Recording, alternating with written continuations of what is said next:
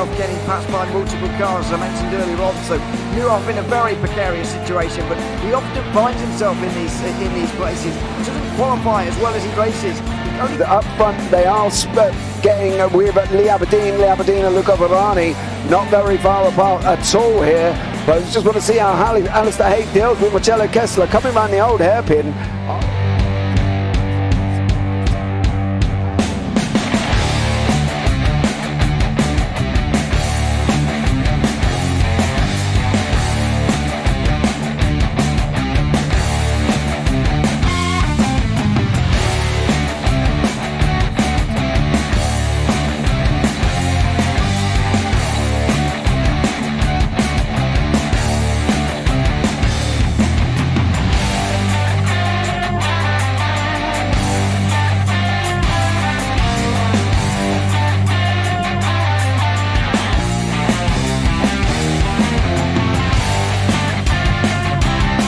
I would say it's not the best decision they've ever made, just not having done that under the safety car, really. Yeah, they're taking their pit stop strategies from Ferrari lately or something. What's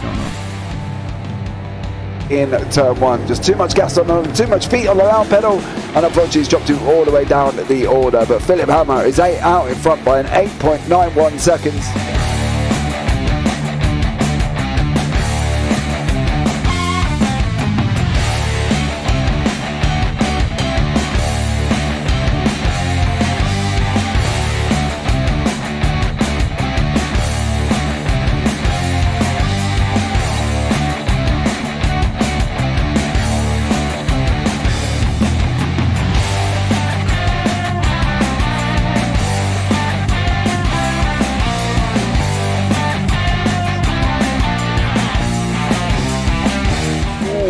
Dan Michael is a wall there, sir.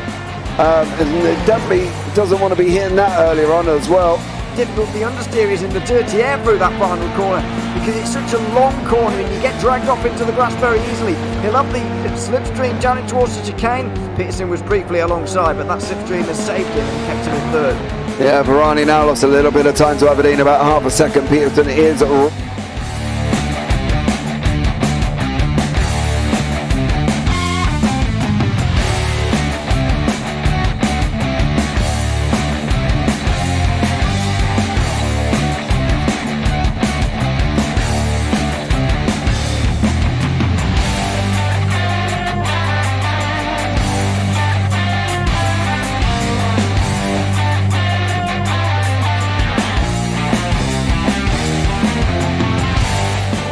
Pike's pushed Morton forward up ahead. He's got out of line. It's now Pike going to have a go at Werrell. Don't push him off. He's in the championship fight. Jack Werrell chasing down Carl Jacklin. Further down, Rob Williams and Chris Barnes. Sensational run outside line now though for the heavy braking zone. Around the outside goes the Audi R8. Look how much Miller's come back into play. Exactly. Miller's still start trouble. He's not on second and change. All of a sudden Miller's back in play.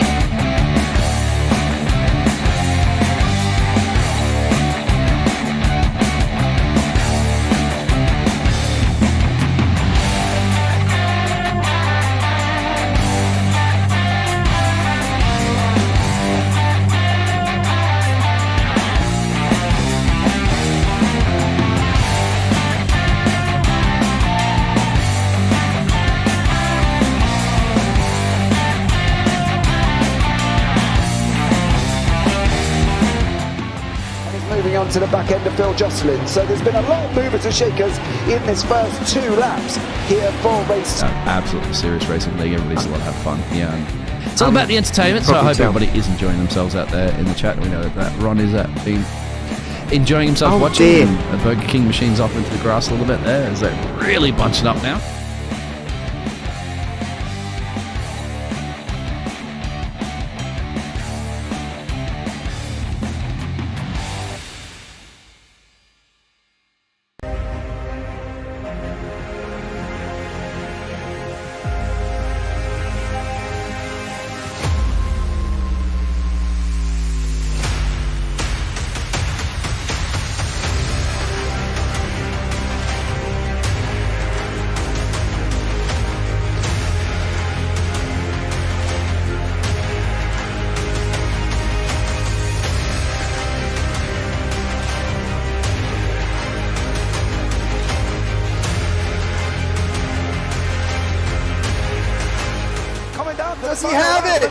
going to get it. Oh, look at the Tyson.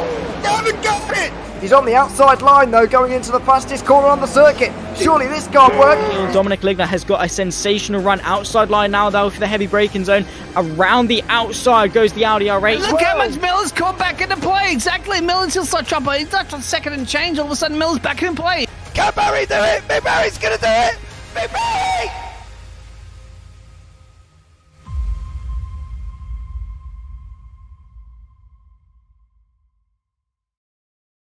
Welcome, ladies and gentlemen, to MotorLand Aragón, where the Premier Endurance Racing League is going to kickstart its action for round number 2 of the championship.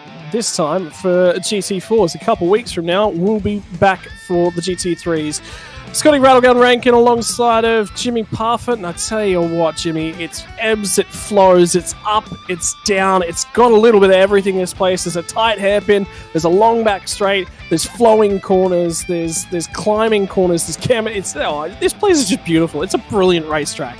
Yeah, I think that's the thing. It's 5.29 kilometers in length. You know, the altitude is 340 meters.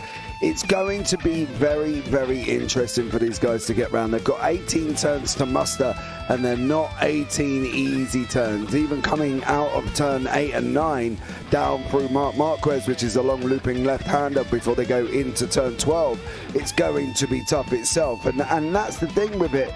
You know, the circuit itself is always a tough circuit. There is a couple of variations of this circuit that you can have. You can have that straight run from turn 10 right the way down into turn 16, or you can have it coming in. There's a little corner just before 16 as well. So there's multiple layouts that you can use, and I think they're going to have a tough time on this circuit to see how they get on. Yeah, it's not the easiest place to get around, and like you said, there is a couple different layouts, and most importantly is that that little kicked section down, like you said, in around 12, 13, 14, and 15 before we come onto that back straight. It is actually quite tight, and there's a tyre bundle in there that's movable as well, so if someone gets into that one. But it's sort of that first sector. You get down through turn 1, and it starts to rise up through 2, 3, into 4 and everything as well. It's constantly changing. There's something always going on this track, and then you get one little break down that back straight. And for MotoGP lovers, there's a reason it's called MotorLand Aragón, and there's a reason corners are named after MotoGP riders, and it just creates great racing on bikes. And well, tonight we're going to witness that in GT4 action. And I tell you what, I'm pretty sure Adrian Gretsch is going to make sure that he gets enough fuel in that car tonight. For those of you who haven't been lucky enough to witness Adrian Gretsch's exploits so far this season, race 1, he gets points, but it's classed as a DNF in my book. In the GT4 Championship, comes back 2 weeks later, does exactly the same thing, runs out of fuel on the run to the line. It's been an interesting start from Adrian Gretsch. Him and his crew chief have had words, I believe. They must have done. They must have, excuse me. They must have exchanged wedding vows quite a few times, and I can guarantee it wasn't "I love you." You know, there was a lot going on with Adrian Gretsch's car, and it was, yeah. You know, there was that lonely picture of him about 5 meters away from the line that you can also just put on there, all by myself, over the top of it, because he was so close, he could almost get out the car and push it if it was a real one, but it wasn't. So hopefully he gets to the end today. I'm sure he should do. Hopefully, please, Adrian, let's make the end tonight, please. Otherwise, we will just make it a bleating TikTok and put all by myself all over the top of it as he's just plottering to the line there as well, because that would be quite funny, actually, to be fair. I'm actually messaging him right now. Just to tell him, please put our fuel in tonight. Thinking of you. Just put fuel in. That's all we want. I don't even care if you over-fuel the car, just put enough to get there. You know what I mean? And finish the race. But look, at the end of the day, we laugh at a joke at poor old Adrian Gretsch's downfall, and at the end of the day, it's been quite a highlighted moment with him. with the fact that obviously, he has run out of fuel, and it's not the first time, is it really, there, unfortunately for him. But I think going forward, I'm sure these guys will have fun at this circuit. It's a very tough circuit. You've got that run down from turn 1 into that tight turn 2. We haven't got the normal quite big field, but the circuit itself is still relatively new. So I don't know if people would have gone out and funded the circuit. Do you know what I mean? It's not a circuit sometimes that gets used quite a lot. So I think people might have taken the option to, take this as a drop round or a drop week, whatever the situation's going to be with them. Because, as I say, it's not been on the service massively long in conjunction with being on. It's not Spa. It's not on every series list. It's not on every series league race. It's a circuit that is very niche. I've seen Clios go around here in GT4s, but you wouldn't necessarily see it probably on the GT4 official calendar. Yeah. I can't wait for it to be on more calendars. I'm actually. This is going to sound, we're sitting here looking at GT racing, and you're going to say to me, oh, that's a little bit off. But I'm actually I can't wait to see V8 supercars turning laps around here in terms of iRacing, because it's just one of those circuits I think the supercar really lends itself to. But in terms of things, GT4 racing first, and then we'll get there. But I believe it's time to get through our grid here, JP, because it's the man that won race number 1. It's the man that's put it back on pole position for the Fart Racing team, the fairly average racing team, that is, when you unacronym have rounded out both of the 2 spots on the front row off alongside of him with teammate Andrew Dutch. Dan Magri, boy, he took it to Owen Coleman from Mugello in that first round, and Mark Foster's going to line up alongside of him. Alfonso Latella and Nick Wood are going to be on row number 3. Behind them will be Sam Chapman and Adam Jepson. Rounding out in top 10 will be Hugo Sutherland and Martin Hallinan. For our row number 6 will be Simon Smith and Ricky Provenzali in 12th, Jimmy. Yeah, on from that, we have got Ryan Campbell in 13th, Adrian Greich down in 14th, Ronald Long in 15th, Matt Bakir in 16th, and then our good mate Jimmy Middleton in 17th, Lee McClimer in 18th, Stefan Mellis down in 19th, and Jacob Hughes down there as well. I just want to bring your attention, as we all know, with Jimmy, he watches my conspiracy theory podcast. And I'm glad you spotted it. Yeah, this week we obviously talked about the moon landings and everything else, and there's Jimmy's little slogan for this week. JP, we landed on the moon. Well, that's still. What was your conclusion? What was your conclusion at the end of it? There's never a conclusion out of the end of it, because me and the guy I do it with, Craig, are not scientists. We haven't been up in a rocket. We haven't been anywhere near the outer. So we just sit there and go, look, at the end of the day, guys, I'm just chatting with a friend. We have no idea whether we went or not, because neither of us have been ourselves. So for now, guys, take care. See you later. Because that's how we end most of it, because we're not scientists. We're just 2 guys sitting around having a chinwag about conspiracy theories that he believes in. I don't believe him. He works out. I don't. You know what I mean? So, to be honest, Scott, it's more tongue-in-cheek than it is actually both of us trying to be serious and saying, you must believe me, because we both sit there and go, well, neither of us know. You know what I mean? Yeah. I mean, I like. It's actually funny. I think I had the same conversation with somebody else in my life like this week. It was just like, I don't hate conspiracy theories. I like people bringing something to me and widening my point of view. So I've been enjoying that sort of side of things as well. And there's as with everything, it's how does somebody perform the miracles, or how does somebody compete at the level that they're able to compete when the rest of us can't. I think look at Michael Phelps as a swimmer. Why was he so good?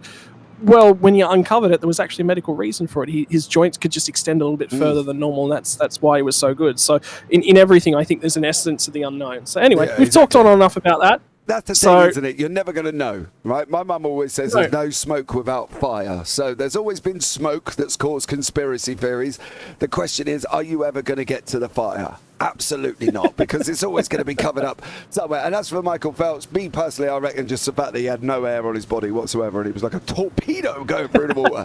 So that's what I put it down to for Michael Phelps, is because he was streamlined and no friction from the hair there as well. Where unfortunately, me and you, Scotty, will be at the back there swimming like a blinking house brick in the water. So you know what I mean. Well, what I will tell you is if we went to the moon, I think we'd have enough cheese for the rest of our lives. So look.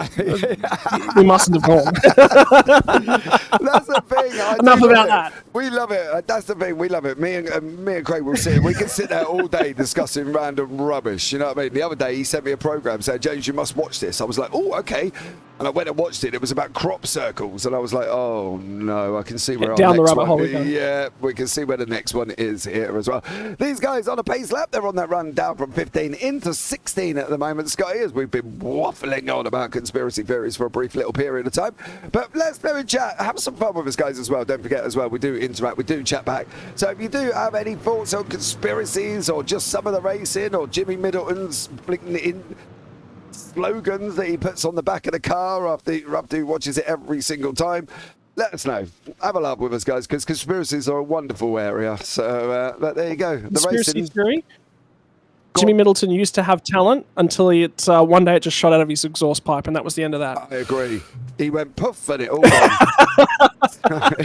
Righto, pace cars getting ready to peel off, ladies and gentlemen. We are about to go green flag racing for 1 hour of GT4 action from MotorLand Aragón, from a new circuit to the iRacing service, for the ultimate time for these guys to have fun on a Sunday night.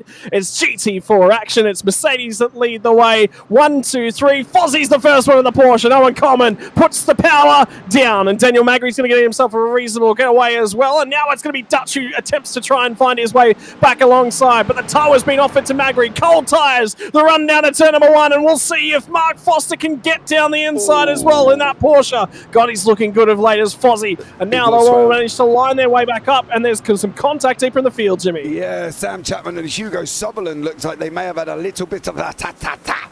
And there, Ricky Provenzali taking the inside line. There's a couple that have dropped all the way down the order. I'm a little bit worried at the moment, not for Leith McClimate because he's down in 19th. I am a little bit worried for Andrew Dutch because if his internet carries on doing what it has been doing, I'm pretty sure Race Control might get hold of him. So for Andrew Dutch, he's got to be a little bit careful because he's been blinking around quite a lot. So he needs to be a little bit swifty as these guys on the run up into turn 8. At one point, Magri was side by side with Dutch. Now Dutch just settles in behind it. Adrian Gretsch there as well, chasing down Provenzali, who actually qualified this week. Well done. And then we've got this gaggle of cars coming through after that, Scotty. And I tell you what a gaggle as they were 3 wide on the run down through the last couple of corners there. Finally, they're going to manage to finally sort of settle in and settle it out. It's going to be Gretsch who's looking to follow along. Huge moment, though. I believe that was for Ricky Provenzali. He's now going to start dropping back. No, it was for Ronald Long, who's on the outside there. Yeah, and Jimmy Middleton scoots down on through the inside, and they're still trying to sort their way out. Still too wide as we enter the TCR layout of the track. Yeah, they're going to go off now, aren't they? Through the right-hander of turn 14 and 15. You can see the leaders further down the line. They're going to come into the left-hander there. There's somebody gone round, unfortunately, at the same time there as well, as they've just gone into, I believe that might have been Martin Hallinan has just taken a spin, unfortunately. Now we've got this run down here as well. And there's Magri, there's Dutch, they're side by side. Coleman said, "Thank you very much. I'm on my bike, boys. You work it out for the next 58 minutes. He's run away like a scolded cat at the moment." That'll be it. That'll be the last they see of him, I think, tonight, Jimmy. Yep, because he has skipped clear. He has absolutely skipped clear. Any single time that Owen Coleman has showed a clean pair of heels, it's over. Forget it, boys. You're chasing shadows for the rest of the race. How good is this, though, for Nick Wood, who's managed to go with the front 4? It's in behind him at the moment. It's the first of the McLarens at the moment for Twitchy Foot Racer, and he's starting to apply some pressure to the rear bumper of Fozzie. God, I love watching Fozzie. I love seeing Fozzie do well, because that is just a feel-good story, isn't it? Yeah, Fozzie, I love the fact he was in a McLaren last season. I think that was absolutely amazing. Now he's switched over to the Porsche. So, there we go. It's seems to be... The thing is, I've watched multiple GT4 series within iRacing, and the Porsche seems to be the main car. You know, it's a dominant force. But then I come over to you guys on the Australian series, and it's like Mercedes. I don't know if that's just because the English can't drive the Mercedes. I was having this conversation actually the other day about what is the future of racing, real-world racing, not sim racing, by the way. Oh, that's a huge incident! It's the teammates that get together. Yeah, they've gone round together. I think Ronald started going first, and then I got a funny feeling Matt Bakir just went with him. I don't think there was any contact here. Ronald lost it on his own, and then if you keep an eye on Matt, he goes with him there. There you go. They both do a little tandem pirouette team spin, so that was quite nice of them. But unfortunately, both of them has dropped him to the back end of the order there as well. Foz under attack from Wood. Is Wood going to be able to do it in the McLaren? Eventually, well, he's going to have a really good drive, and Foz was offline there as they come out of turn 15. Now they run down the back straight, and Foz is losing the draft of the two guys up ahead. Couple of little errors, and I think the consistency of Nick Wood is going to put pay to the Porsche driver here. It'll just be a matter of time.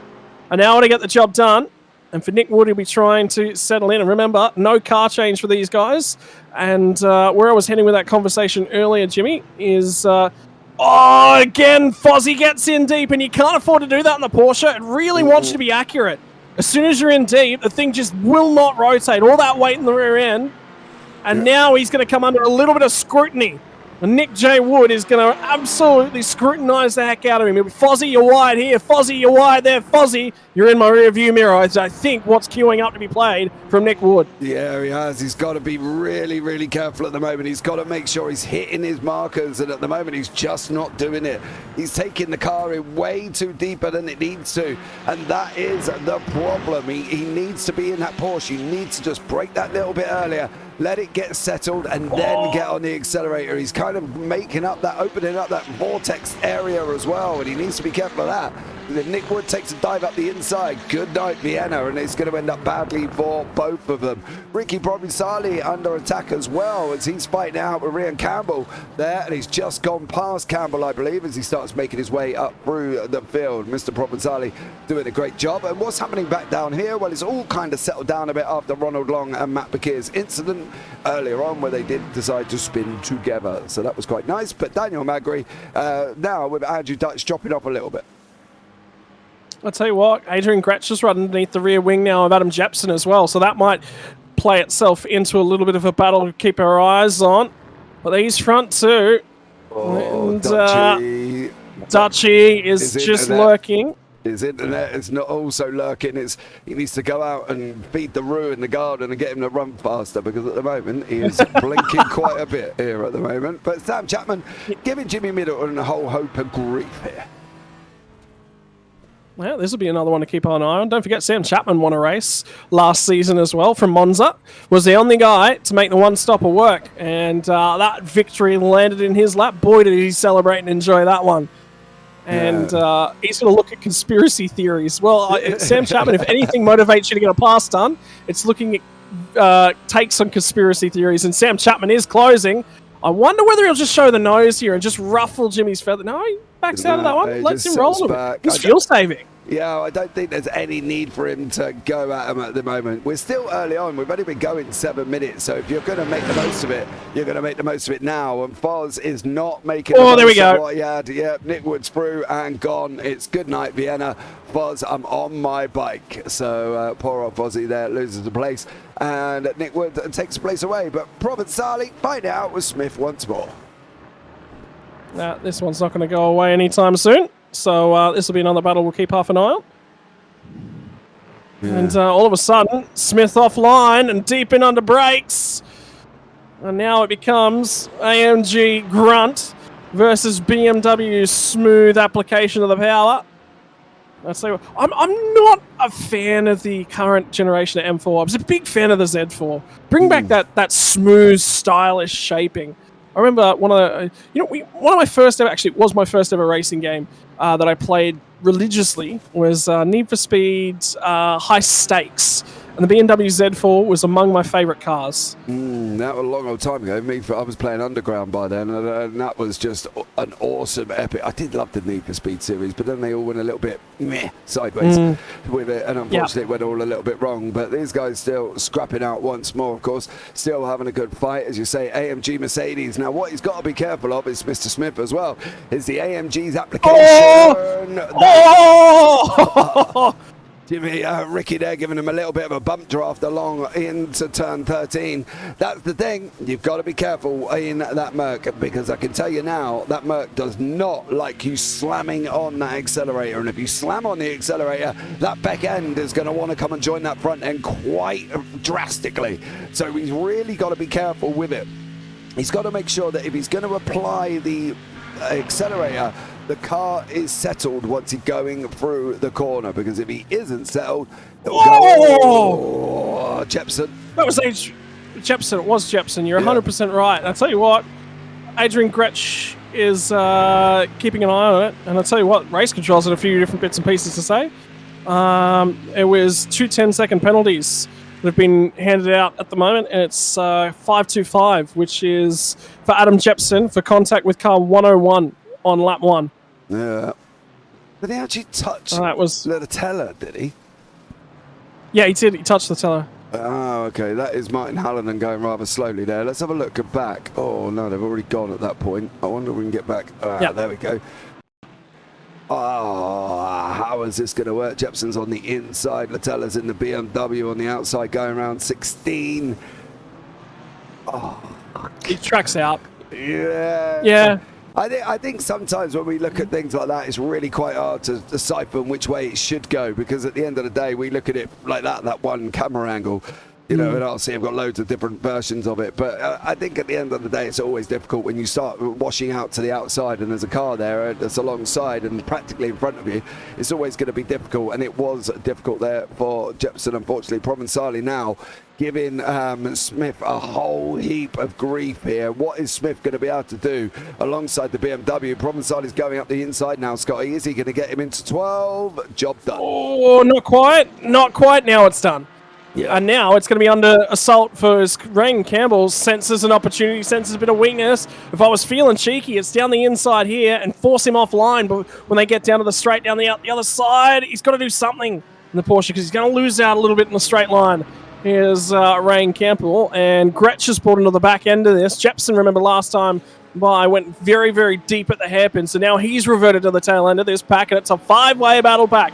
Let's see if the horses under the Rick Provenzali's right boot are able to put something to the floor and get away from the front end of this pack, because Campbell looks strong. Campbell looks very strong on the brakes. He's really closing in on Simon Smith, and I think in terms of race trim, his Porsche's looking quite well. Yeah, it definitely is. He's doing a great job there as well, but it is a BMW, Merc, Porsche, Merc, Aston Martin. We know Jepson's got a penalty, I believe, incoming. If that is what you said, isn't it, Scotty, if I'm not mistaken? Was the one that, yeah, it was. Jepson does definitely have a penalty coming. And the other driver with a penalty to come his way is actually Jacob Hughes, starting from the rear of the field. So that, on lap 2, remember that incident when we saw Bakir go around along with his teammate? Well, it was because Hughes got into the back of him. Sorry, not Latella, it was Ronald Long went around on his own, but Bakir was helped.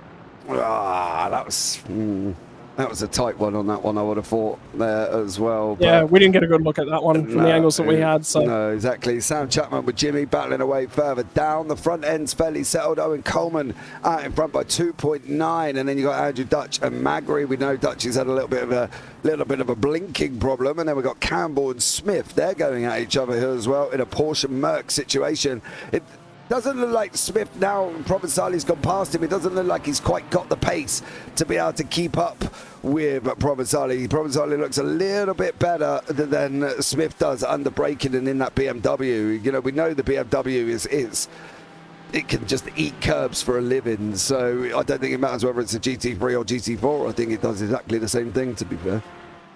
Makes a horrid sound, and the GT4 is about the only statement I'd make. Absolutely horrid. It's you know the sound the F3 makes when it bottoms out? It's nearly identical on the BMW. It's horrid. Absolutely horrid. Sounds like things breaking every time you hit them wrong. Yeah, well, that's the thing. You've just got to be careful, haven't you? Use the limits of the track, but don't overuse the limits of the track, otherwise you'll be in trouble. You know, and at the end of the day, these guys have got to find where their limits are, and MotorLand Aragón has got some nice little sausage curbs mixed in with that as well, you know. Oh, Sam Chapman's about to have a go. Sam Chapman's about to have a go at Jimmy Middleton, and Jimmy just said, yeah, I'm going to back out of this one. So it's going to be all resolved. And then down the inside goes Rain Campbell, as well as he looks down the inside and gets the job done on Simon Smith, because I get the feeling Campbell wants to get down and get after Ricky Provenzali. So he'll get that job done, and that's the job done there for Sam Chapman as well. And now it'll be Gretsch who's the next cab off the rank to try and assault the rear bumper of the driver behind the 48 Mercedes. And Smith qualified well, but starting to fall a little bit by the wayside. No, it was actually all the gains he made on lap 1. He made a ton of spots on lap 1.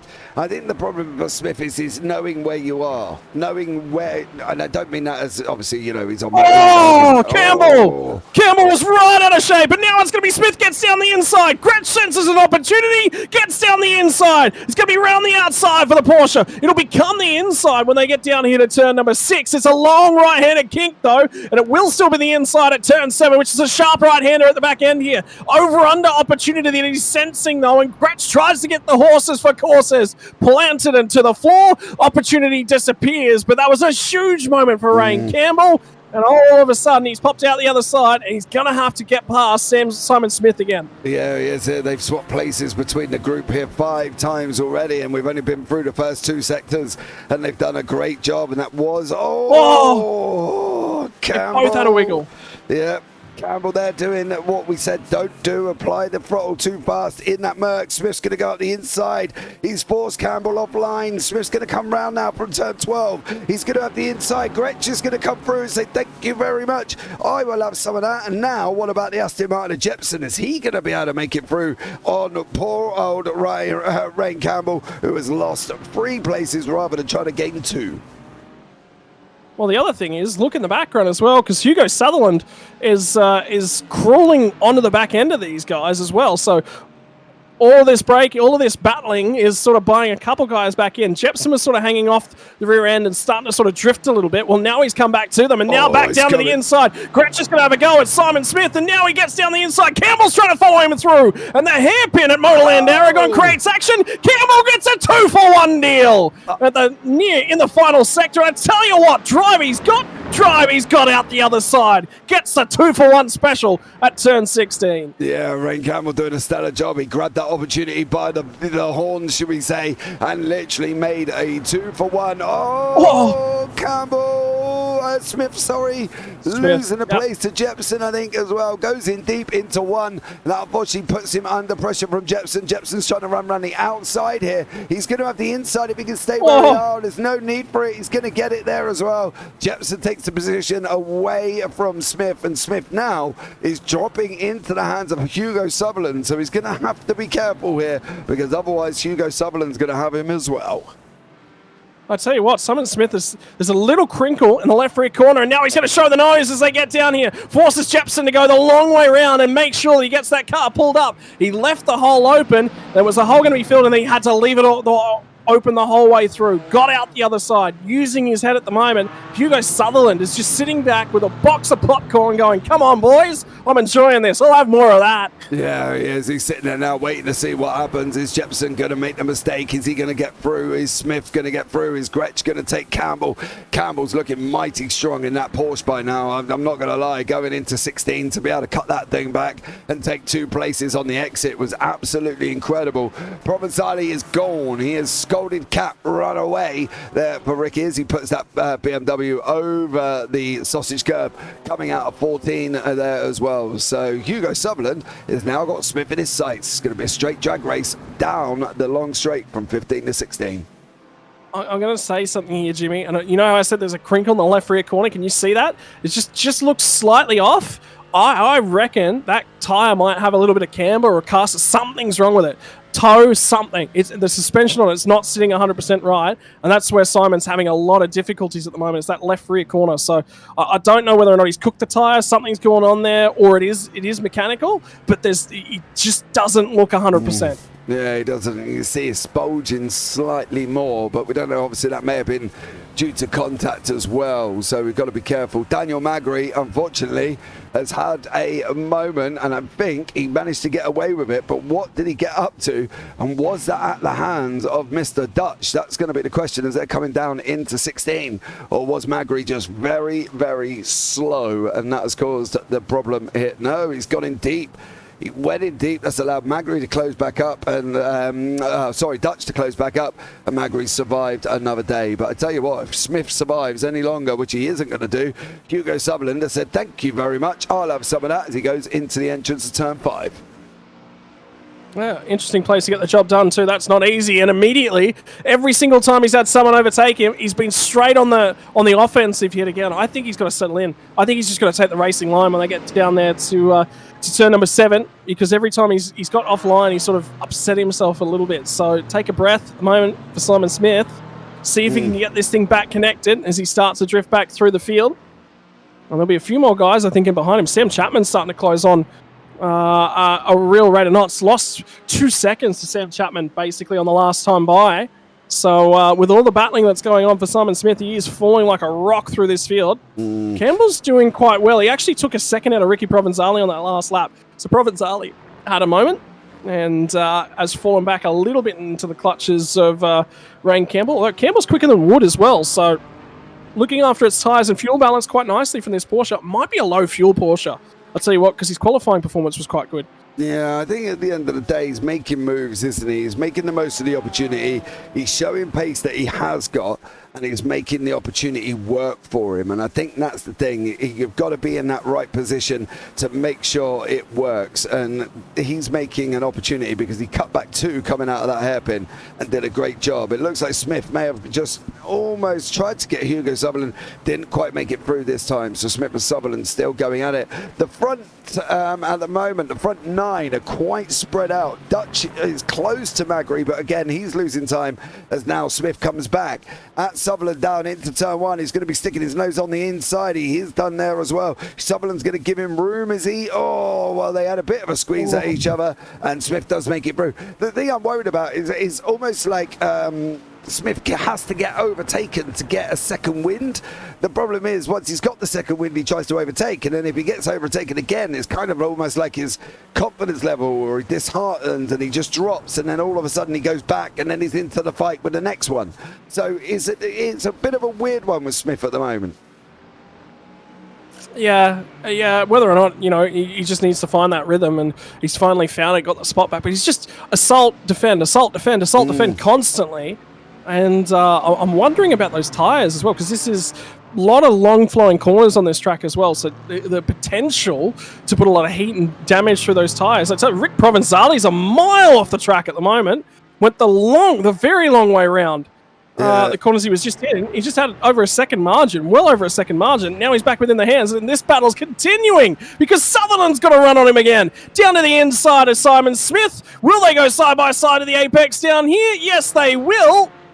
And they're going to pop out the other side and continue to go door to door. It's not done quite yet because Smith is still on the inside. Now Chapman's going to close in and have a real go at him. We'll see if he can get down there. They're still side by side as they enter turn 14. Now it's the left-hand kink at 15. Surely Smith might get better drive out of the corner. He doesn't get the drive that he was chasing. And the big problem he's got now is Sam Chapman closes right up in that Porsche. The Merc's got a few extra legs in terms of straight line speed, but with a double toe, here comes Sam Chapman, and he's going to be supreme on the brakes when he gets down here, Jimmy. That's the thing. It looked really weird. Yeah, it looked really weird from Smith's point of view coming through 14. He had some really bizarre entry, and he then got a really weird exit. That allowed Sutherland to take the inside for 15, and then that put Smith into the hands of Chapman. Chapman, of course, we think is saving fuel, so he didn't really push the situation, but it did look very bizarre. That 14-15 exit entry for Smith looked a bit out of sorts, and I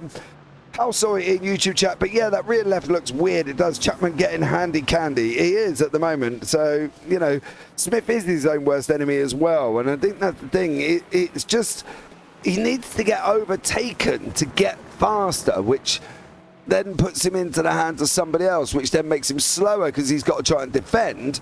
And then once he gets overtaken again, he comes back at him. It's a weird thing that I'm seeing. Maybe I'm off the mark with that, but I'm not sure.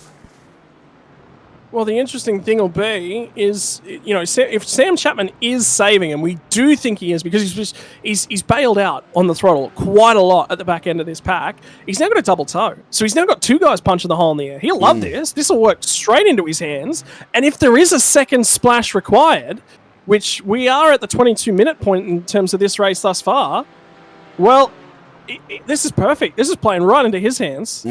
Absolutely. Well, we were talking about Rain Campbell earlier on. Well, Rain has gone and caught up with Ricky. Ricky, obviously, we know made a mistake. He was off the side of the circuit and a long way off by the signs of what Scotty told us. So at the moment, Chapman's now got an opportunity with Provenzali. Gretsch is sitting in the background as well. Obviously, we know about Gretsch's fuel incident, so let's hope he's got enough in there. Come on, Adrian, please, please put enough in, bud. Please do that, because I can't handle that. It's one of those... It's one of those situations where you're sitting there and you're like, please, please, for the love of God, make it work this week, please. Yeah. I can't handle watching that again. I know. It's so close, but yet so far, Mr. Adrian Gretsch. Even Rain then, I tell you what, Jimmy, even Rain was out of the gas then. Did you see how Ricky shot away from him at the back end of the straight? Mm-hmm. Yeah. I wouldn't be surprised if a couple are trying it. I think Rain might have decided, right, I've got to where I need to get to, so now let's save fuel and see if I can jump a couple of people in the pits. That could be the hope. It could well be, and I'm not saying it is, but I'm not saying it's also not here. We'll jump on board with him now as they're going up around turn 2 into 3. It'll lift a little bit coming through 4 if he wants to. That's just at the top of the hill here. We're going to go left very, very shortly. You can kind of lift, which is what he... a little bit. There was no revs there, and getting on the brake again, and then on the run down through into turn 6 and 7. But if he is saving fuel, great. You know, I witnessed somebody the other day make a one-stopper in an hour race with 40% fuel, and he literally fuel saved his head off as well. So yeah, he did a great job there. So getting through at 40%. What are these guys going to be able to do?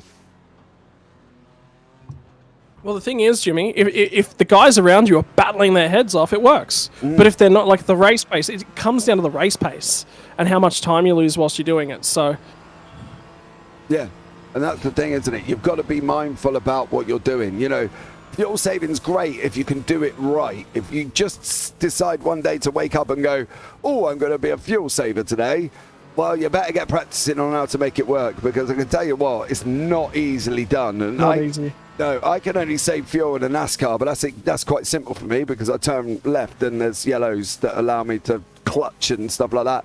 I couldn't do it in these because I'm just getting it completely, ended up getting it wrong, to be honest. Well, have you ever tried green flag fuel saving in a NASCAR on a track where you've got to use the brakes?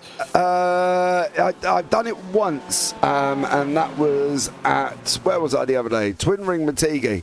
I tried to do a little bit of tried doing a little bit of fuel saving there as well, and I was bad, like rotten. We're at Legacy Atlanta today, and I had to save 2 laps of fuel. And boy, we got a caution with 8 to go, and I was sitting there going, man, I had that in the bag. I was the only one that was going to make it, so that was interesting. I love races that really pull you around like that. And like we said, Sam Chapman has already done it, and he's done it well at Monza last season. I'm really, really curious how deep these guys go, because as a few of these guys are crossing the start-finish line right now, 26 minutes on the clock. We are 4 minutes shy of getting to the halfway mark. If it isn't a fuel saver race, if they definitely can make it on the one-stop strategy, well, then it becomes, do you save 2-3 seconds worth of gas in the pit lane? Because that is a huge advantage as well. They've got to get past the half an hour mark. They've got to. If they come in anywhere near that half-hour mark, it's going to be really close. We see Campbell giving Smith a whole heap of grief there. Chapman, giving Smith a whole heap of grief. And then we've got Rain Campbell trying to close up to Provenzali. They've dropped Gretsch by about a second at the moment, but Gretsch is under pressure from Jepson, so that could explain where the time difference has come from, as he's got to try and defend and attack at the same time, and that is never easy. Further down, we've got Jimmy Middleton, Lee McClymer, Jacob Hughes, and then on the back is Alfonso Latella, with Martin Hallinan closing in as well. So some great action all the way through the field. This is the closest battle. This has got 5 cars mixing it in currently at the moment. McClymer trying to come through on that Porsche. He's going to take the inside line over Mr. Middleton. Give him room all day, otherwise you're going to end up going around. And is McClymer going to make it through? No, Jimmy says not this time. And it's good to see Hughesy in the background of this one as well, as he's really trying to get that Merc to pull up. Point I was trying to make earlier on the stream, by the way, we'll have to come back to that point, and as Alfonso Latella nearly ends up punching a hole in the rear end of the Jacob Hughes Mercedes, and now it's going to be BMW versus Mercedes as they try and wind these things up. Martin Allen sitting in the background with front row seats because it's side by side on the run down to the hairpin. Well, through goes Alfonso Latella on one. Now he's going to try and pull the car up. I think he's deep. I think he's very, very deep, and he's into Jimmy Middleton. Enjoy that penalty, dear sir. Enjoy that penalty. Coleman, Provenzali, Campbell, Jepson, Gretsch, Smith, all into the pits. And Sam Chapman, as we know, we think has been lifting, is not. He is sitting in 5th at the moment. Jacob Hughes also through. Lee McClimate, Martin Hallinan into the pits. Jimmy Middleton into the pits. 31 minutes. Wow. Is going to be either come out and fuel save, or I can tell you what, you ain't going to make it from there. And Owen Coleman is in and out on 27.5 seconds on his pit stop time, 55.4 on his pit lane time. So we'll keep an eye on what others come out with as well. But unfortunately, it looks like, as you say, they may be a little bit short. Now, the other thing that goes through my mind on this one, Jimmy, is formation lap. How much fuel did they eat up on the formation lap? I would have been clutching as much as I can, or lifting and coasting as much as I possibly can. For sure. Every little bit. Every little bit. Yeah, there's probably some that didn't. There's probably some that you can't, they don't know how, or it's just not in their nature, or it's not in their itinerary, you know, their weapon box to be able to fuel save. And some people don't drive like that, and it takes skill and it takes time and it takes effort to get used to it, being able to clutch and then, or being able to lift and coast, or whatever the situation may be. And some people just can't do it, Scotty. That's the thing. Some people can't. So some people will drive at full pace and see what happens. And Ronald Long at the moment is got Matt Bakir in front of him, who I'm sure he's probably going to hope that they get on a little bit on there as well. Yeah, Magri's in, Dutch is in. I think Ward's going to probably, he's going to got to be, no, is Ward already? No, he hasn't. Nick Wood there as well. So I wouldn't be surprised if Wood pulls in. He does. What about Foz? Because he's not pitted either. He's in. What's Chapman going to do? Because we know Chapman, we think, has been lifting. Well, we can say confidently that Sam Chapman has definitely been lifting. He's in. Okay, so by this mark, that means anyone that pits on this lap theoretically should get home. He gets in at 30 minutes on the dot. So just after 30 minutes, about 10 seconds after it. So it's tight. It's really, really tight. But what they don't want to do is come out and end up close to Coleman and think, I'm going to go battle, because that's not going to help their strategies. You see, he's jumped all of them in the pits now as well. Magri's on his way out. Dutch is on his way out. Foz is going to be on his way out shortly with Nick Wood, Sam Chapman, and Jacob Hughes. Provenzali is the next one coming through. How far is Provenzali going to jump at the moment? If he's going by pit stops, he should get Jacob Hughes, he should get Sam Chapman, and he should possibly get Nick Wood as well. Wood's going to be on the exit as Provenzali's coming through. So watch the underneath. There's the BMW of Provenzali. There's the BMW of Campbell. And unfortunately for Wood, he looks like he's come out and he's not made any real massive gains. In fact, he's lost positions coming out behind the flying Rain Campbell at the moment. Well, I'm just keeping half an eye on how long was Sam. So Sam Chapman's pit stop was 2 seconds quicker than Owen Coleman's. It was 3 seconds quicker than Magri and Dutch's. So what that says to me is, looking at those numbers, Coleman just wanted to go to the undercut because he was in a little bit earlier. Was just, I think he can get home. I think they can all get home. I don't think it was a huge margin. But the fact that Sam Chapman's put less fuel in that car says they're all good. He just wanted to have to put less fuel in that car. And I think it's worked, because look at where he's popped out. Yeah, that's the thing. Chapman has come out in a good place, but the pit stop times between Provenzali and Chapman around about the 26-27 mark. Pit lane times 55 to 54, so that's going to be close. But I think at the end of the day, it should be that they will have enough, but it's whether or not they're going to have enough to basically fuel save as well. You can see the pit lane times there. Wood is on a 103, so no wonder he was in there longer. Jepson on a 104, Smith on a 105. So he's lost 8 seconds almost, Nick Wood, which would basically be about where Foz is at the moment up the road. So Nick Wood should have been in front of Foz, but that extra 8 seconds in the pits there, whether or not he took tyres, maybe, that's the only thing I could think that would extend that time. So the amount of fuel that they can get in these tanks of these cars, with the percentages that's on them, covers 2 tires. It doesn't cover 4. So when you're talking about sort of that 5 seconds longer mark, that's 4 tires is basically what Nick Waters said. So that means he's going to be lightning quick in probably say the last 10 minutes of this race compared to everyone else around him. But it means that, you know, right now he's going to struggle just a little bit because he's also going to come back through. And this battle continues to go on between Martin Hallen and that'll be Jacob Hughes that he's fighting away with. Yeah, they're battling down. They're coming into 16 now, aren't they? They're doing a great job there for Hanlon as he's trying to chase down on Hughes. You can see Dutch has closed in with Magri up front there as well. So Magri under a little bit of pressure once more. So he's got to be a little bit careful. But I think overall it's going to be really what has people done in that first stint.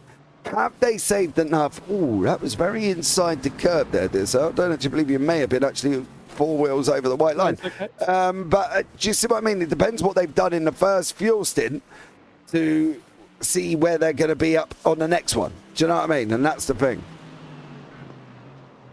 We're sitting here looking at fuel, and then just with how far they took it into this race, I actually don't think it's going to matter. If we get the problem is right now we're right on the threshold of getting 1 extra lap, so we're going to go I reckon we're going to go about 61.5 minutes in terms of race distance, just because we're going to fall that short of getting of finishing the time in under that 1 extra lap. If we do, there's probably a few guys that are in a little bit of a fuel hole. Yeah. Could you imagine if it's actually decided by 1 lap of fuel? I just hope it's not Adrian Gretsch that runs out of it. I've got to be honest. Oh no! Could you imagine that? If that extra lap of fuel and then it's Adrian Gretsch sat there again, you'll just be sitting there going, "No, Adrian, this can't happen." Like, dude, not again. Not again. Not like this. Not like this. It's heartbroken. There as well. Provençali having to go at Foz at the moment. So the BMW, Ricky's been looking quite strong in that. So yeah, Nick Wood has cleared Ren Campbell, but again, Campbell seems to be quick, doesn't he? So you know, is Wood quicker in the McLaren? That's the thing. Well, they had a mistake, so I wonder whether or not there was a slowdown, Jimmy, in and around. It looks like it was in 12, 13, 14, 15, where he lost about a second from Ren Campbell. So that's the only reason he's cleared him. So there was some sort of mistake in there. But yeah, either way, he's gotten on through. And this one's interesting. Again, what we're seeing from Foz is as soon as you apply a little bit of pressure to the driver, the number 50, he falls to pieces. So that's where his pace has come up. He's improved massively in terms of pace, but now it's his racecraft, his race brain, and his ability to deal with pressure whilst behind the wheel. That's the next step where you've got to learn, and that's one of those things where it takes, the only way to do it is to put yourself in those situations. You cannot mimic those situations at all. Yeah, that's the thing. It's racecraft, and that is a very difficult scenario to contend with. You've got to be able to, on your own, you've got to be able to be quick, which is great. But when you're in a pack, you also need to be quick. And if you can do one thing without the other, then you're going to be in trouble at certain points, aren't you? So it's going to be tougher, I think, at the end of the day for Foz. But he's got to know where the limit is of that Porsche. He's got to know where the braking point is, because if he tries to take it in deep and stop it like an F1 car, it's never going to happen. So he's got to be braking early, get it stopped, get it in, and get it out. And that's going to be the tough thing. And then thinking about it in terms of things as well is what are you doing to the tires when you do that? Exactly. It is a different scenario. Provençal is going up alongside Foz now as well, and unfortunately, Foz looks like he's just going to go and lose another position, which is a bit of a shame. Ricky went so deep then. He's gifted a position and he nearly gifted it straight back. Yeah. He got the position and then decided it was going to be enough and enough. So, I'm interested to see where this goes, and I'm interested to see where people finish on fuel. So we'll see what happens. I'm really interested in terms of this battle and this group of things as well. by the way, my thoughts on that incident down at turn 16 on that last lap. Somebody tell these guys Christmas in July isn't for another couple of months yet, because they were looking like they were trying to swap presents. Yeah, which was an interesting one. In terms of things, as we're keeping half an eye on this battle, because it's worthwhile keeping half an eye on at this point in time, I'm wondering whether or not Nick gets the same courtesy that Ricky just got shown by Fozzie, or whether or not Fozzie might be fuel saving just a touch. Because his pit stop was quick. So was Ricky's pit stop, actually. Yeah, we don't know what each one is doing, do we? So they've got to be aware of the situation, and they've got to be aware for Foz what his strategy is. If his strategy is to fuel save and try and not get a second stop in, don't fight with Nick Wood. Don't fight with Provenzali, and just make sure you stay within that 55-second window as such. Don't fight with Campbell. If Rain's on a different strategy to you, don't fight again with him. Let them go, because you know if you stay within about 30 to 30 seconds, you're going to get past them in the pit stops if you have got this capability of getting to the end. So you really need to pick your battles and make sure that you work out where you are in conjunction of what's going on around you, I think. How good has this drive from Sam Chapman been, though, back through the field as well? I've really, really enjoyed watching him, because he's the next car that's in behind these guys. And just at the top of the shot is Sam Chapman at this point in time. Just see the front end of his Porsche. Been thoroughly enjoying it. Gretsch. Oh, Provenzali. I don't know whether or not... Again, sorry to discuss. Provenzali went in again deep into 16. But it's really weird, because the last two times we've seen him do that, he has gone and smashed out the run out of 17 and 18 and survived until the first corner, which he has done again. So it's really bizarre how Provenzali goes in deep into 16, opens the door, then 17 and 18, he's like a rocket with nods. It's just like, see you later. You know, he gets a great run out. Yeah. I 100% agree. Something happened to Andrew Dutch on that most recent lap, because he dropped 7 seconds to Magri and Coleman. So something big happened there. Whether or not it was just a big old wiggle that I'm hunting, Scotty, but nothing is showing up that Dutch has had any form of issue, and he didn't get overtaken. So, unfortunately, I've got nothing for the last 3 laps from Andrew Dutch, I'm afraid there, buddy. And now Ricky Provenzali's going to go side by side. New tyres for Nick Wood means that he gets back on the front foot, and he does so extremely well. Nearly looked like a cover drive for 4 off the front foot. Just the way that he had so much more grip. And now Provenzali runs it real wide. They all run it real wide, getting onto the power as they come through that section. Fozzie gets a slowdown out of it and was the only one of the 4 to get a slowdown out of that, by the way. I think he was just a tough rider than everyone else. Yeah, he was a little bit too far. Everybody knew the limits, but I think poor old Foss just went probably only a couple of centimetres, probably inches, millimetres, but he went, and unfortunately, it did cost him on that one. But Woods got past Provenzali, and I think Ricky's now going to struggle if Ricky didn't take tyres, because we know Wood did, and we can get that by his pit lane time. Whether or not he took the two rights or 2 lefts, me personally, probably on a lot of saying that, this goes left and right like an absolute yo-yo, so I'm not really sure which tyres to take, to be fair. But whatever Wood's done, exactly. And the problem is, it's not a left-handed dominated turn, it's not a right-handed dominated circuit. You've got a right here, then you're going to go a left, then you've got a left, then you've got a right, then you've got a left and a right and a left and a right, and it goes all the way around, to be fair.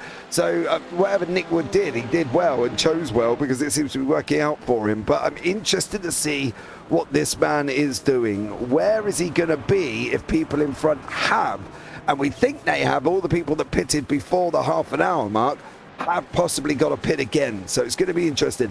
Housey in YouTube chat, lift and coast with a minimal time loss is a true art form. Fully agree with you. I'm lucky if I lose less than half a second a lap per... No, less than half a second per minute of lap time.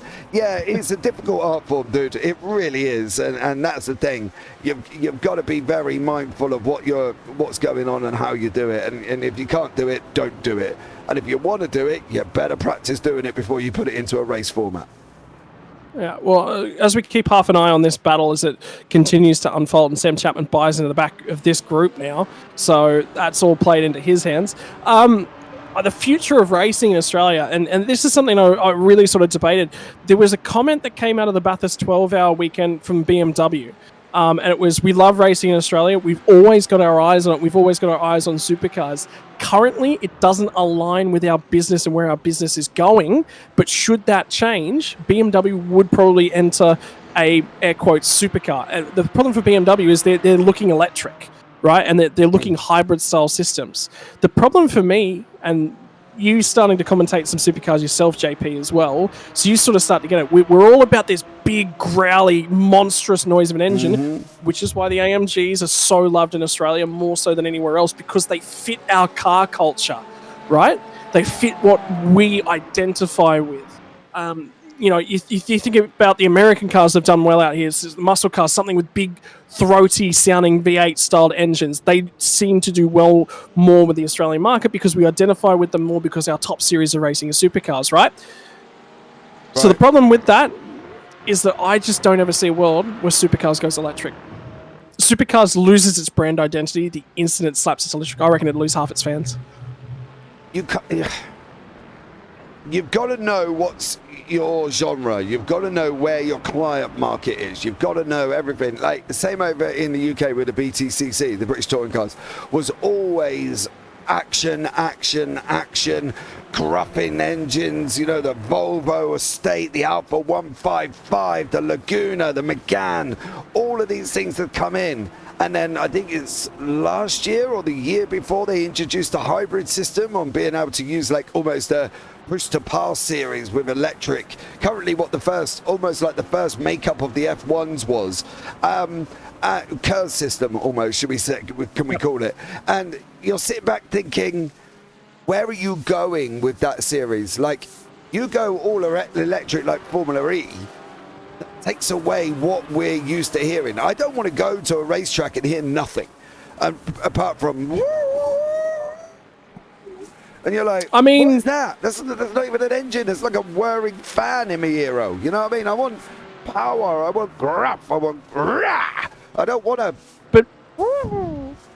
But when you say grunt and that, and I sort of picture V8 supercars and I compare and contrast, to me BTCC doesn't have loud roaring engines. It's got something more of like a 6-cylinder is something I'm more used to when I picture BTCC. Now I haven't followed it for a number of years and I don't follow it religiously. When I did follow little bits and pieces of it, so there is that. But what it does is you have to have, it must match to your road car is what BTCC screams to me. So if that's what your current generation of road cars are, I'm all for it because you're giving yourself brand identity. And to be honest with you, JP, this is the secondary point that comes out of the supercars conversation as we're watching the move on board for Sam Chapman trying to go down the outside of Ryan Campbell. He's going to stick with him and harass and harangue the back end of him. The other side of the conversation is, does supercars have an end date on it? If the world's moving to a more electric system, supercars has got a lifespan on it because a V8, well, they're expiring. Whoa, Chapman, he's closing. Oh, dude, that's like sticking your fingers in the door and hoping not to get it slammed on there, dear sir. Because if you're going to do it, you've got to do it a little bit more convincingly and not half-hearted. You've got to sort of put it in there, you know, put your nose in there. Oh, something's happened. So who? Something's happened to Coleman. Coleman was 5 seconds clear. He's now 2. Coleman's in a fuel hole. Coleman's in a I tell you what, he's lost 3/4 of a second a lap the last 3 laps to Daniel Magri. Coleman's not making the finish of this thing. Oh. But then actually, it's longer than that. It's 5. He pitted on lap 13. And he was the one that went in. He's dead in the water. He's one of the ones that went in before the half-an-hour mark. But then Magri only went in a lap later. So they both could be in the same situation here. Exactly. I would say he's dead in the water. Yeah, maybe. He's I dead in agree the with water. Sean in YouTube chat as well. No one wants to hear an annoying buzzing from a race car. True. Get used to it. Get used to it now because I don't think you'll have a choice. No, don't do that. Don't do that. It's annoying. I think cars are going to sound what the current generation of Formula One cars I think is where racing over the world is sort of going to trend to that sound. We're going to end up with a pretty similar sound.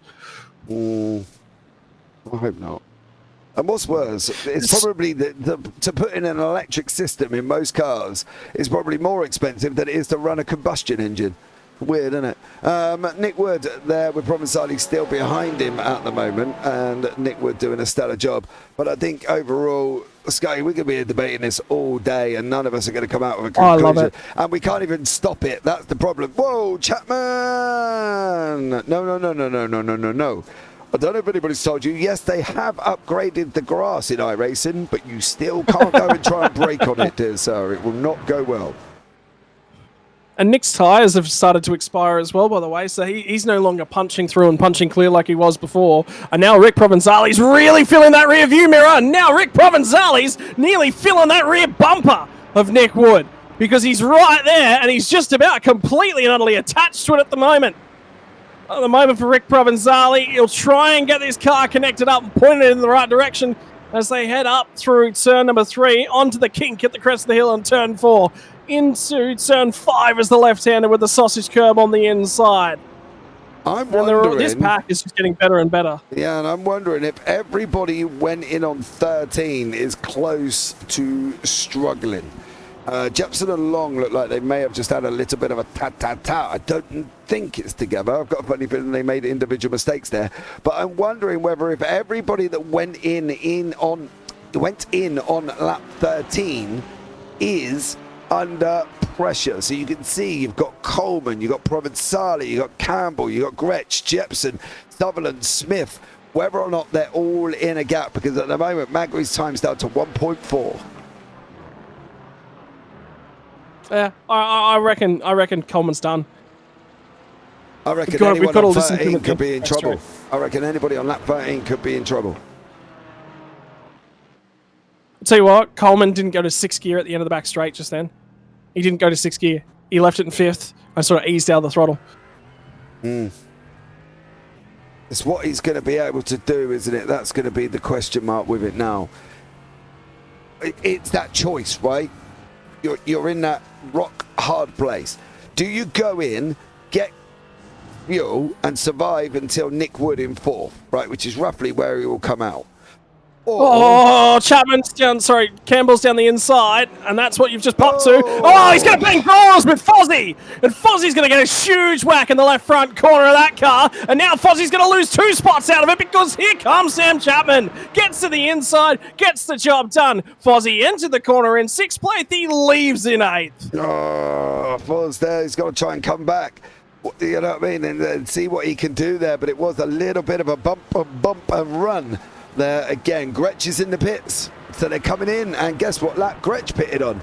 Lap 13. This is the choice. Try and go to the end, try and fuel save and minimize your time loss, or just to be honest with you, suck it up, go in, get some fuel, and hope that you can last, that others are going to try and do the different thing, and that is where we're at. Everybody on 13, I think, is struggling. The other side of this coin is, remember, we said that Chapman and Provenzali both had shorter pit stops, but Provenzali come in that lap earlier. So he's definitely not making it, is what I'm thinking now, because Nick Wood has all of a sudden just jumped clear of him. I think Provenzali looked at his fuel and went, oh no, bleep, and this is where we've ended up. Oh, I love a good bleep. Yeah. You bleeped. Yeah. You should have said, I want to bleep the button for the button that says bleep. As well, Sam Chapman and Rain Campbell still going at each other. I've got a funny feeling out of these people, Chapman's in a better position, so is Foz, because it's possible if Provenzali, Campbell are running out, they've got to go in at some point. Coleman's now got to make a choice. Do I go in and suck it up, minimize my time loss down to Wood, or do I keep slowing down? Still dropping time. Yeah, but that's the thing. It's under a second. Yeah, if I was Nick Wood, if I was Coleman, and I saw I was coming out and not making the end, I would have gone in and got done. Gone in. You would have survived Nick Wood. You've lost so much time that if he goes in, he's not going to survive Nick Wood. He's going to be losing places to that McLaren. It's very hit and miss at the moment. Is Foz fuel saving? Is the reason that Foz has dropped out and been ejected out the back end of this pack is because he's saving? Who knows, May? It's a lottery. It's a blooming lottery.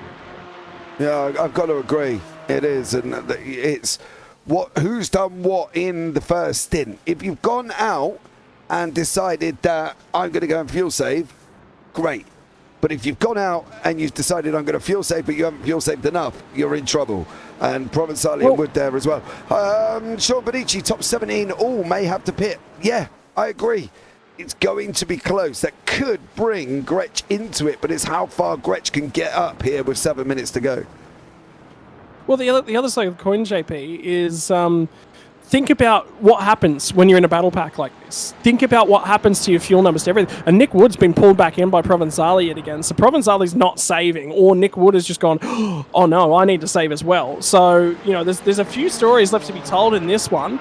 Coleman's pace has responded. So whether or not he was just short and he saved what he needed to save, and he's got clear of that marker, or he's gone, I'm not going to make it, and now he's turned up the wick. The other side of the coin, you know, remember we were saying we were only a couple seconds shy of getting that extra lap. Imagine if he slowed the pace down enough so we don't get the extra lap anymore. So there's a few different questions going on here as we're inside the final 10 minutes, and indeed we're nearly down to 6 minutes left to go in this race. So there's going to be about 4 laps left to run, potentially that 5th lap, and that 5th lap may kill the pooch as it is. But the other side of the question is, when you're in a battle pack, it's so much more difficult to fuel save. I've seen so many more guys that were good on fuel all of a sudden go, oh bleep, and they're out of fuel. Oh, bleep. Sam Chapman pops out alone. Yeah, he's just cleared Campbell. Chapman's just cleared Campbell. Potts is still behind there as well. Oh, no, Mr. Middleton, what did you do? What did you do? Oh, dear, he's just going to go in too deep, and he into 16. Oh, Jimmy. Jimmy. Yeah, he's just gone in a little bit too deep there as well, and the system's registered that he's had an incident. So I think 5 minutes, 2 minutes, we're going to find out where everybody's at. I reckon 2 laps. I don't think it's 2 minutes, which that'll leave us at, what, 4 minutes? Yeah. 2 laps. 2 laps, 4 minutes. We'll find out. Yeah, I think we're going to really be finding out where everybody at. This is just like a game of chess here, isn't it? You know, where are you going to be from? Where are you going to be? What do you do if you do this? What do you do if you do that? What if you do if you don't? Oh, it's all exciting.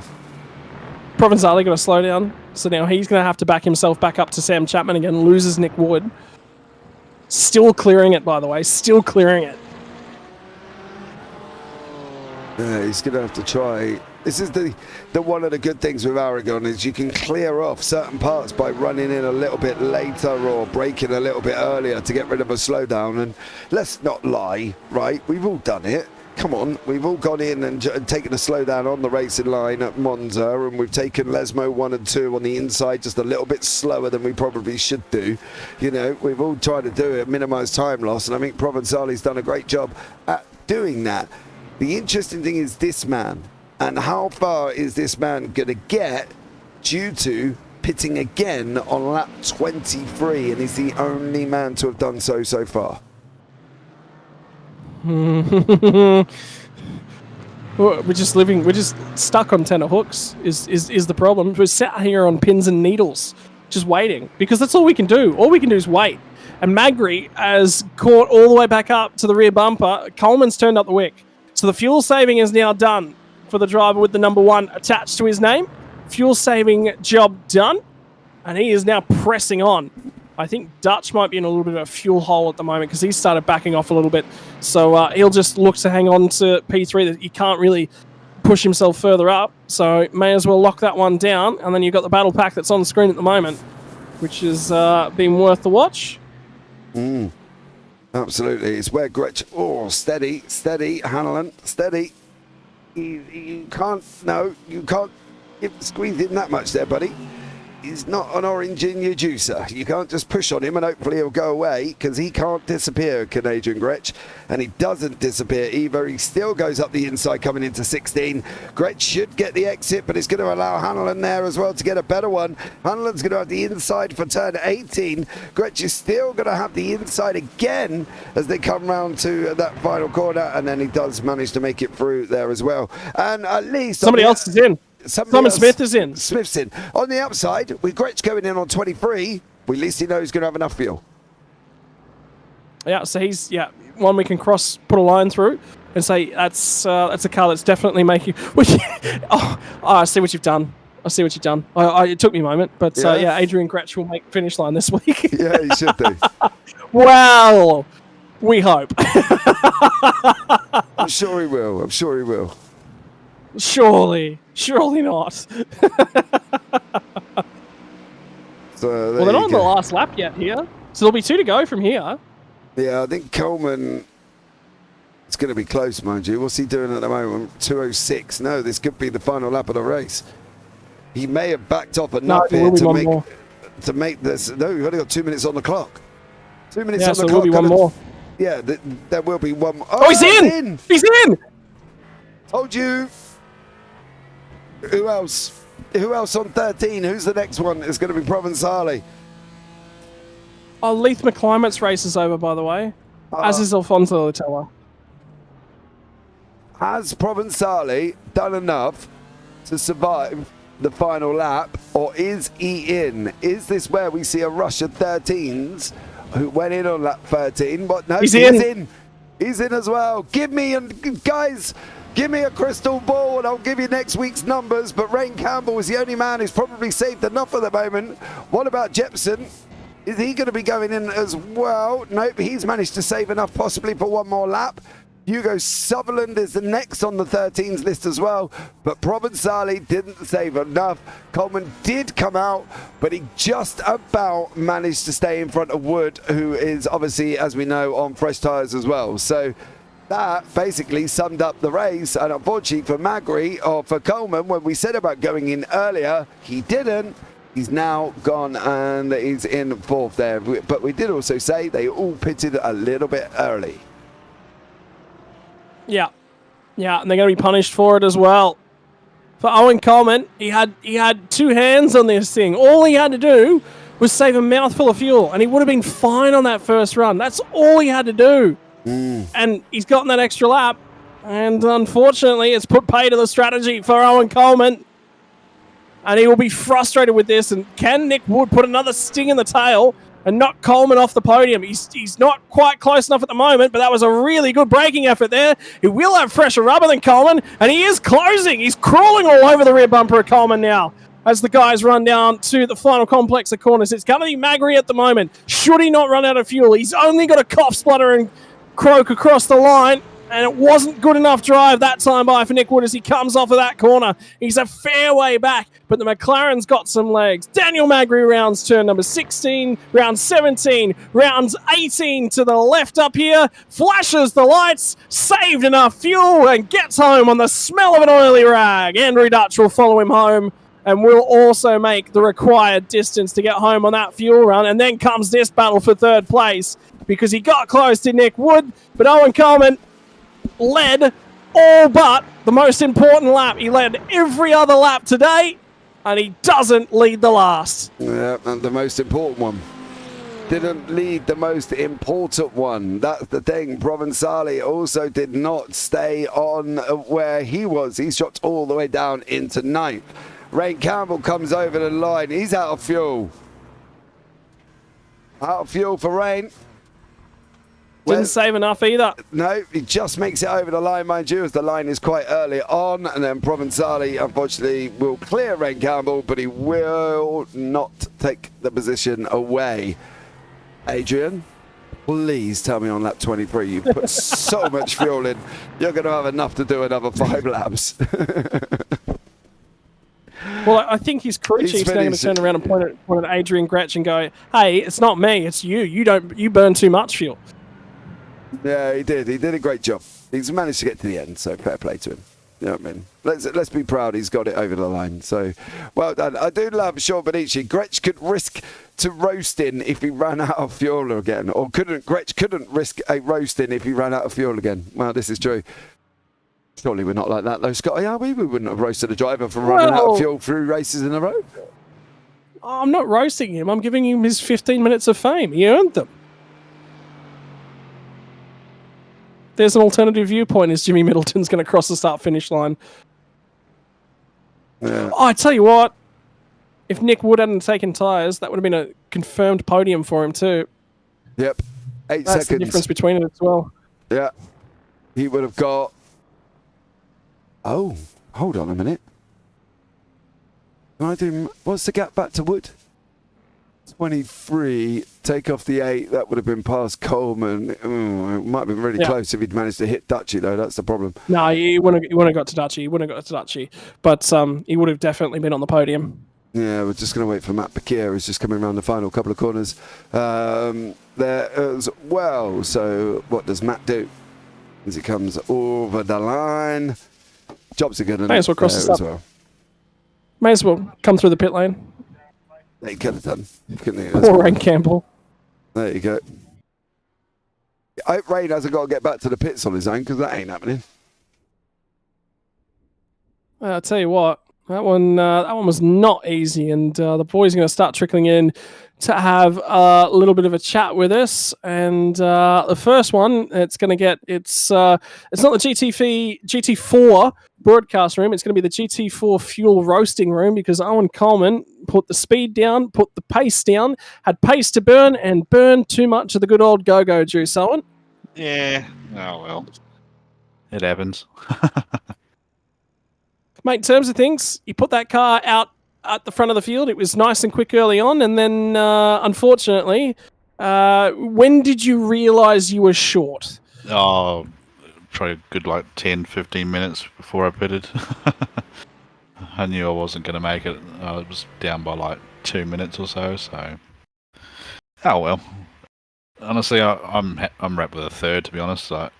Dutchy and Jimmy and all of them will say I didn't think I was going to be in the top in the podium this round, to be honest. I wasn't very confident around here. Mate, in terms of things, was it the weather this week? Was it the air temperature? Was it the humidity that had you most worried? I just hadn't raced this track much before practice. I just wasn't quite gelling with it. Dutchy had my measure all through practice, so I reckon if he had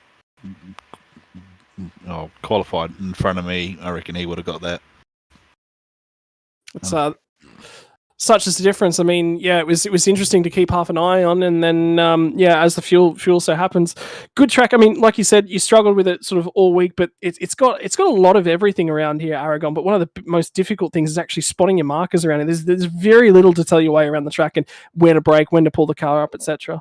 Yeah, 100%. I was probably been a bit more cautious for the most part, but yeah, I just didn't quite manage to fuel enough. But it is what it is. Mate, in terms of things, anyone you want to thank on behalf of the Fart Boys, or will you leave that to the man that's one step further forward? Yeah, I'll mostly leave it to Dutchy. But cheers to you guys, and pretty much everyone at Premier Endurance League, and Gaming Get Direct, obviously, and all the other sponsors that make this possible.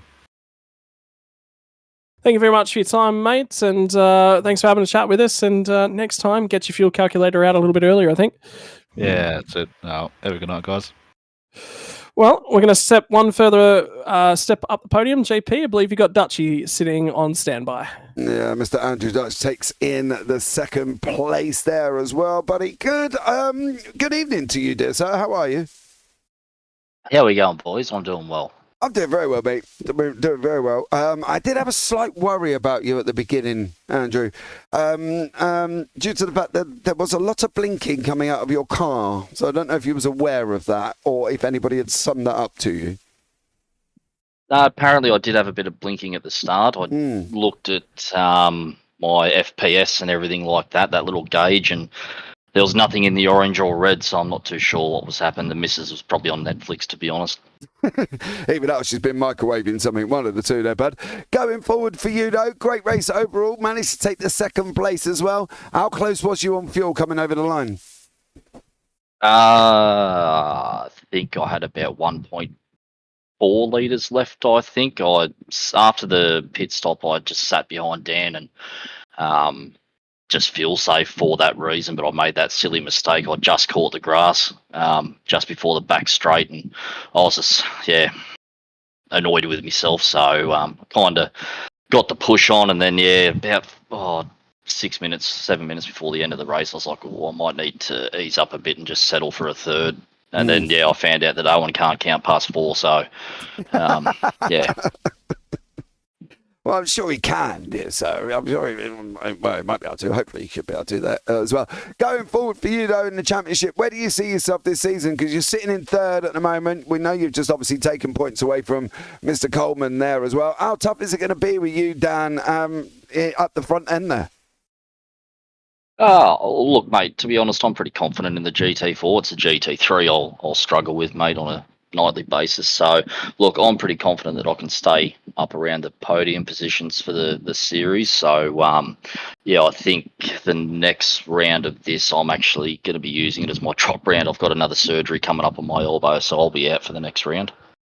Okay, mate. Well done for today, buddy. Congratulations on your second place. Anyone you want to thank before we let you go? Yeah, obviously, Rick and Jimmy, more Rick. We know he pulls the weight with this series, so thanks to him, and a slight thank you to Jimmy. Thanks to Owen for running out of fuel, and yeah, thanks to all the sponsors. So many Mate, little I would have side dug so many I would have dug side a little bit digs. deeper. I know. Deeper with Owen and just said, "Thanks for running out of fuel and talent, mate." So No, we know the bloke's got talent, mate. Yeah, like I said, he's only got 3 fingers, so 4's the best he can. Oh, dearie me. Andrew, much appreciated, mate. Take care, buddy, and have a good one. Thanks, boys. Have a good night. And you. I'm done. The bloke's Oh, only got dearie 3 me. fingers. Well, you don't know, he might have. It's a bit rude. He might have only 3. Who knows? It's clearly forgotten he could take his shoes and socks off and get an extra 10 down there, but never mind. Oh, no, Those aren't fingers, Jimmy. Those aren't fingers. Yeah, but you still use them to count, can't he? He'll be all right. He'll be all right. Anyway, let's have a chat with the winner while Scotty's out in the back absolutely wetting himself. Dan, welcome in, buddy. How are you? Yeah, pretty good, thank you. Good. That's good to hear, though. Dude, you went on to take a win there as well. An expected win, or did you sit back and think, yeah, he's going to be very close, but I should be able to get him? Yeah, when I saw Owen pit a lap early in the first stint, I thought there was no way he could finish the race, but then he did me on strategy the first race. So I thought surely he knows what he's doing, and I held up behind him and hoped with 1 lap to go he'd pit in, and that was the first time I realised I was actually going to win this thing. Yeah, it definitely was there as well. Was it a bit of a nervous last lap? Oh no, I really took my foot off the gas on that one when you got a good 8 seconds behind. Fortunately for Ashley's error, made things a lot easier. But yeah, I was comfortably fine on fuel. No, well, that's always a good thing as well. How did you find Aragon in general? Is this a circuit that you think, yeah, I really like this, or is this a circuit you think, meh? I won the race, of course, I love it. Well, you love it now, but were yeah. you loving it when you first saw it on the calendar? Come on, Dan, help me out a little bit. Oh, no. When I first saw it on the calendar, definitely, well, what's this track? Never seen it before, and even after doing a few laps of it, yeah, wasn't quite sure on it, but found pace and can't complain about that, and here I am. Yeah, absolutely. Here you are, the winner there as well. Going forward, though, Dan, where do you see yourself in the championship? It's going to be tough with the 3 of you, I think. Yeah, definitely. Like the pace today suggests it's the 3 of us, and I actually might be missing the next one if it's scheduled on Easter long weekend. So yeah, Owen just seems to have the pace. It's as long as he continues that pace and finishes on fuel for the next few races, I'll give it a very hard crack, but I think it's still Owen's to lose. Yeah, 31st of March, the next one is there, buddy, as well, just to let you know. Yeah, I'm away. Right, okay, well, we won't see you in the next one. That'll be your drop round. Going forward, though, bud, anyone you want to thank before we let you go? Yeah, I did my research this time. So we got Bliss Holmes, Card FX, and Print Racer, and of course, you guys at Premier Endurance League for putting the show on. Well, not me and Scotty, obviously, so never mind. Thanks. Jeez, we're rocking them up. Yeah, I know. We clearly loved it, haven't we? Thanks, Dan. No, have a good one, mate. Have a good weekend away next time, and we'll catch you after that. Cheers, guys. Thank you. Oh, no love for us in the booth, Scotty. That was a rude fight. Everybody else, it weren't even us. That's it. No more. But there you go, buddy. Yeah, do you want to run through the final results here? Yeah, let's shoot through them nice and quickly as it stands on the tower. It's going to be Dan Magru who stands atop the pile tonight in a race he wasn't sure that he was going to win before it comes home with Andrew Dutch and Owen Coleman, the second of the fart cars, home for the first time. And he said earlier on in the week he thought Dutchy might have him for pace. Well, he didn't have him for pace here tonight. He did have him for fuel saving.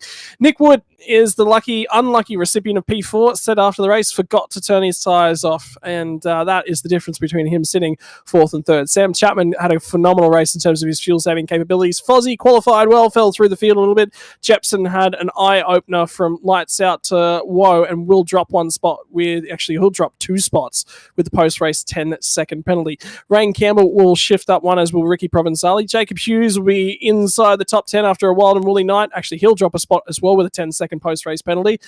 Adrian Gretsch will finish inside the 10. Hugo Sutherland, Martin Hallinan, Simon Smith, Jimmy Middleton, Ronald Long, Stefan Mellis, Matt Beckier, and the last 2 home, Alfonso Latella was 13 laps down, Leith McClung was 15 laps down, so won't be scoring points here tonight. Ladies and gentlemen, that is about all we have here on behalf of the Premier Endurance Racing League. I want to say a big shout out to the sponsors, Player One Sim Gear. Can't say enough about... I got that one. No, I didn't. It was Gaming Gear Direct Sim Racing gear here tonight for the guys that gets you everything to do with your sim racing equipment, be it a golf sim, be it a flight sim, be it a racing sim. It's Gaming Gear Direct. We'll get you started in terms of sim racing gear. Chat to Blake and the team today to get yourself up there as well. Can't say enough of a big shout out. Yeah, I'm in trouble. I'm in trouble. I said the wrong name, man. Jimmy's sucking up at you. I love you, JP, but I haven't watched the broadcast yet, so I want the option to change my opinion. Thanks, Jimmy. Nice, I've been sick all week, mate. So the fact that I'm even here and talking is actually a win. Don't make excuses. Put on your big boy pant and suck it up. You know what I mean? I've got another 5 broadcasts to do after this today. So if I can manage one and go for the whole day, you can just pull up your big boy pants and stop your whining. Well, I'm at the end of 3, so I'm done. Yeah. Okay. I've got another 5 more to go, but yeah, all good. I'm good. I'm handing off to you. You're finishing this one out, brother. Thanks, mate. There we go. On that one, thanks so much for joining us. I've been James Parfit up here in the booth. I've been alongside Scott. I need big boy pants ranking. And for now, guys, as always, take care. Have a great week. And you never know, we might see you on the track sometime. Good night.